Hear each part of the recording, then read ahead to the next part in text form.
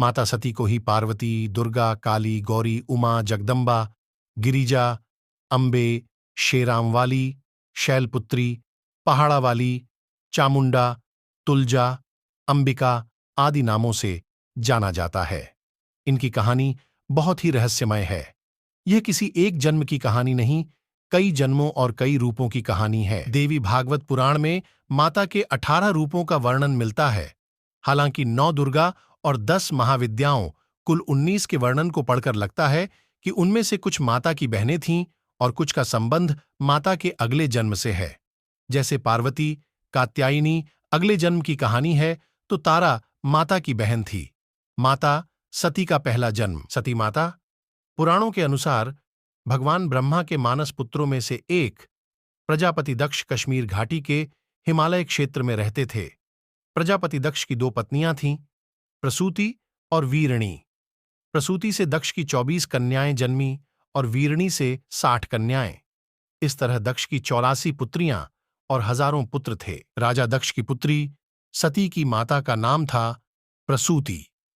यह प्रसूति स्वयंभुव मनु की तीसरी पुत्री थी। सती ने अपने पति की इच्छा के विरुद्ध कैलाश निवासी शंकर से विवाह किया था। सती ने अपने पिता की इच्छा के विरुद्ध रुद्र से विवाह किया था। रुद्र को ही शिव कहा जाता है और उन्हें ही शंकर। पार्वती शंकर के 2 पुत्र और 1 पुत्री हैं। पुत्र गणेश, कार्तिकेय और पुत्री वनलता। जिन 11 रुद्रों की बात कही जाती है, वे सभी आर्षि कश्यप के पुत्र थे। उन्हें शिव का अवतार माना जाता था। आर्षि कश्यप भगवान शिव के साढ़ुओं थे। मां सती ने एक दिन कैलाशवासी शिव के दर्शन किए और वह उनके प्रेम में पड़ गई। लेकिन सती ने प्रजापति दक्ष की इच्छा के विरुद्ध भगवान शिव से विवाह कर लिया। दक्ष इस विवाह से संतुष्ट नहीं थे, क्योंकि सती ने अपनी मर्जी से एक ऐसे व्यक्ति से विवाह किया था जिसकी वेशभूषा और शक्ल दक्ष को कतई पसंद नहीं थी और जो अनार्य था। दक्ष ने एक विराट यज्ञ का आयोजन किया, लेकिन उन्होंने अपने दामाद और पुत्री को यज्ञ में निमंत्रण नहीं भेजा।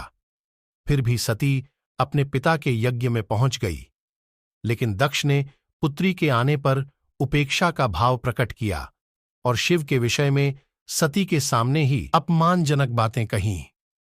सती के लिए अपने पति के विषय में अपमानजनक बातें सुनना हृदय विदारक और घोर अपमानजनक था।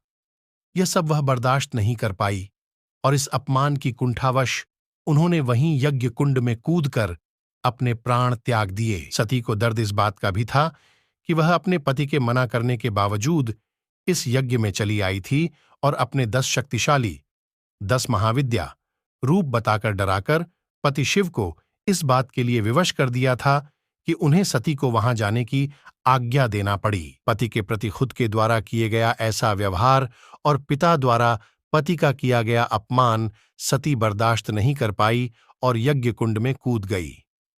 बस यहीं से सती के शक्ति बनने की कहानी शुरू होती है। दुखी हो गए शिव जब यह खबर सुनते ही शिव ने वीरभद्र को भेजा, जिसने दक्ष का सिर काट दिया। इसके बाद दुखी होकर सती के शरीर को अपने सिर पर धारण कर शिव ने तांडव नृत्य किया। पृथ्वी समेत तीनों लोकों को व्याकुल देखकर भगवान विष्णु ने अपने सुदर्शन चक्र द्वारा सती के शरीर के टुकड़े करने शुरू कर दिए। शक्तिपीठ। इस तरह सती के शरीर का जो हिस्सा और धारण किए आभूषण जहां जहां गिरे वहां वहां शक्तिपीठ अस्तित्व में आ गए। देवी भागवत में 108 शक्तिपीठों का जिक्र है, तो देवी गीता में 72 शक्तिपीठों का जिक्र मिलता है। देवी पुराण में 51 शक्तिपीठों की चर्चा की गई है। वर्तमान में भी 51 शक्तिपीठ ही पाए जाते हैं, लेकिन कुछ शक्तिपीठों का पाकिस्तान, बांग्लादेश और श्रीलंका में होने के कारण उनका अस्तित्व खतरे में है। अगले पन्ने पर सती दूसरे जन्म में बनी पार्वती कथा। दक्ष के बाद सती ने हिमालय के राजा हिमवान और रानी मैनावती के यहां जन्म लिया। मैनावती और हिमवान को कोई कन्या नहीं थी, तो उन्होंने आदिशक्ति की प्रार्थना की। आदिशक्ति माता सती ने उन्हें उनके यहां कन्या के रूप में जन्म लेने का वरदान दिया। दोनों ने उस कन्या का नाम रखा पार्वती। पार्वती अर्थात पर्वतों की रानी। इसी को गिरिजा शैलपुत्री और पहाड़ों वाली रानी कहा जाता है। माना जाता है कि जब सती के आत्मदाह के उपरांत विश्व शक्तिहीन हो गया, उस भयावह स्थिति से त्रस्त महात्माओं ने आदिशक्ति देवी की आराधना की। तारक नामक दैत्य सबको परास्त कर त्रैलोक्य पर एकाधिकार जमा चुका था। ब्रह्मा ने उसे शक्ति भी दी थी और यह भी कहा था कि शिव के औरस पुत्र के हाथों मारा जाएगा। शिव को शक्तिहीन और पत्नीहीन देखकर तारक आदि दैत्य प्रसन्न थे। देवतागण देवी की शरण में गए। देवी ने हिमालय हिमवान की एकांत साधना से प्रसन्न होकर देवताओं से कहा, हिमवान के घर में मेरी शक्ति गौरी के रूप में जन्म लेगी।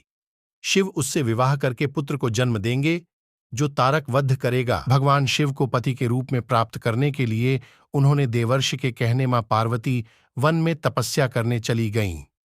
भगवान शंकर ने पार्वती के प्रेम की परीक्षा लेने के लिए सप्तर्षियों को पार्वती के पास भेजा। सप्तर्षियों ने पार्वती के पास जाकर उन्हें हर तरह से यह समझाने का प्रयास किया कि शिव औघड़, अमंगल, वेशभूषाधारी और जटाधारी है।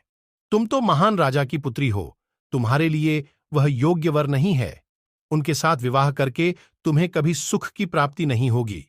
तुम उनका ध्यान छोड़ दो। अनेक यत्न करने के बाद भी पार्वती अपने विचारों में दृढ़ रही। उनकी दृढ़ता को देखकर सप्तर्षि अत्यंत प्रसन्न हुए और उन्होंने पार्वती को सफल मनोरथ होने का आशीर्वाद दिया और वे पुनः शिवजी के पास वापस आ गए। सप्तर्षियों से पार्वती के अपने प्रति दृढ़ प्रेम का वृत्तांत सुनकर भगवान शिव अत्यंत प्रसन्न हुए और समझ गए कि पार्वती को अभी में अपने सती रूप का स्मरण है।